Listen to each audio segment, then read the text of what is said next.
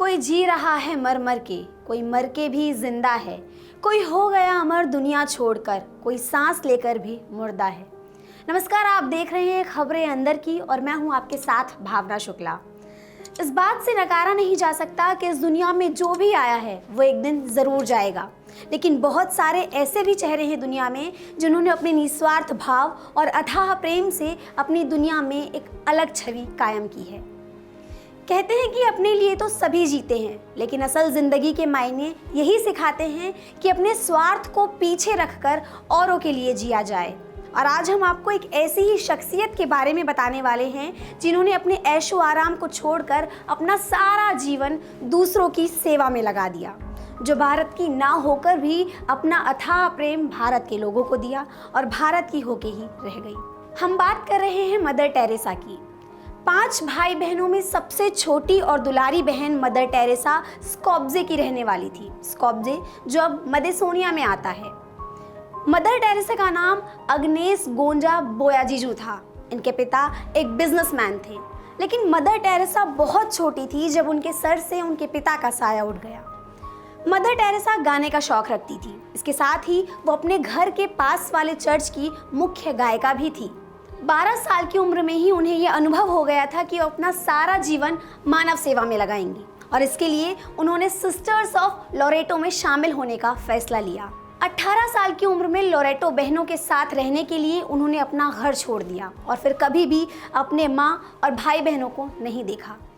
Loreto बहनें भारत में बच्चों को पढ़ाने के लिए इंग्लिश भाषा का प्रयोग करती थी। इसके लिए मदर टेरेसा आयरलैंड गई और वहाँ से उन्होंने अंग्रेज़ी भाषा सीखी। टेरेसा 6 जनवरी 1929 को आयरलैंड से कोलकाता के लोरेटो कॉन्वेंट पहुंची और इस तरह उनकी भारत में एंट्री हुई। हालांकि मदर टेरेसा एक अनुशासित शिक्षिका थी और अपने इस व्यवसाय से वो पूरी तरह रम थी, लेकिन भारत में फैली दरिद्रता, गरीबी और बीमारी को देखकर अक्सर उनका मन अशांत रहने लगा। वर्ष 1946 में उन्होंने गरीबों और मददगारों की हमेशा के लिए मदद करने का मन बना लिया और फिर मदर टेरेसा ने पटना के एक हॉस्पिटल से नर्सिंग ट्रेनिंग पूरी की। ट्रेनिंग पूरी कर 1948 में वो कोलकाता वापस लौटी, जहां वे गरीब बुजुर्गों की देखभाल करने वाली संस्था के साथ रहने लगी। उन्होंने मरीजों के घावों को धोया, उनकी मरहम पट्टी की और उन्हें दवाइयाँ दी। उन्होंने ऐसे लोगों की मरहम पट्टी भी की जिन्हें लोग अछूता कहा करते थे। टेरेसा अपने निस्वार्थ भाव और सेवा के चलते सभी का ध्यान अपनी ओर आकर्षित करने लगी, जिसमें देश के प्रधानमंत्री और कई बड़े चेहरे भी शामिल थे। उनके कामों की सभी सराहना करने लगे। शुरुआती दौर में मदर टेरेसा को कई मुश्किलों का सामना करना पड़ा। आमदनी ना होने पर वो आर्थिक रूप से कमज़ोर भी पड़ने लगी, लेकिन फिर उन्होंने हार नहीं मानी और संघर्षों को जारी रखा।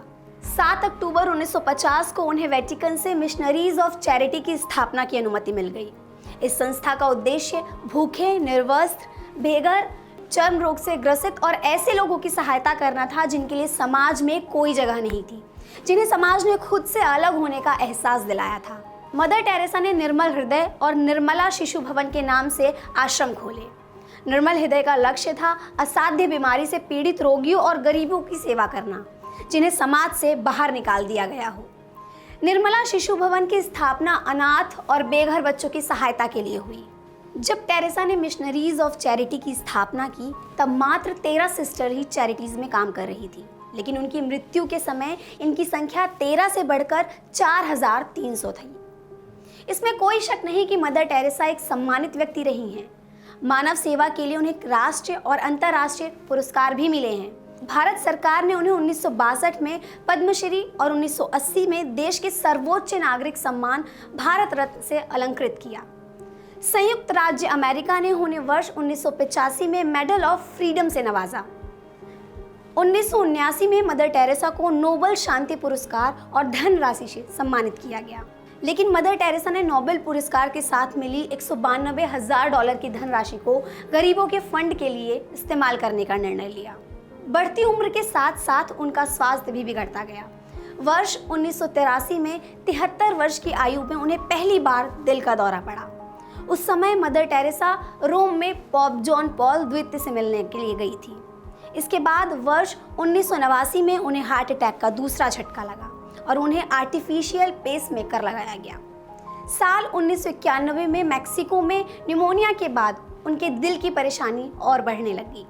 इसके बाद उनकी सेहत लगातार गिरती रही।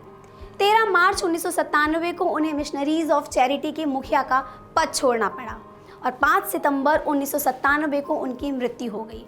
आज मदर टेरेसा की 25वीं पुण्यतिथि है।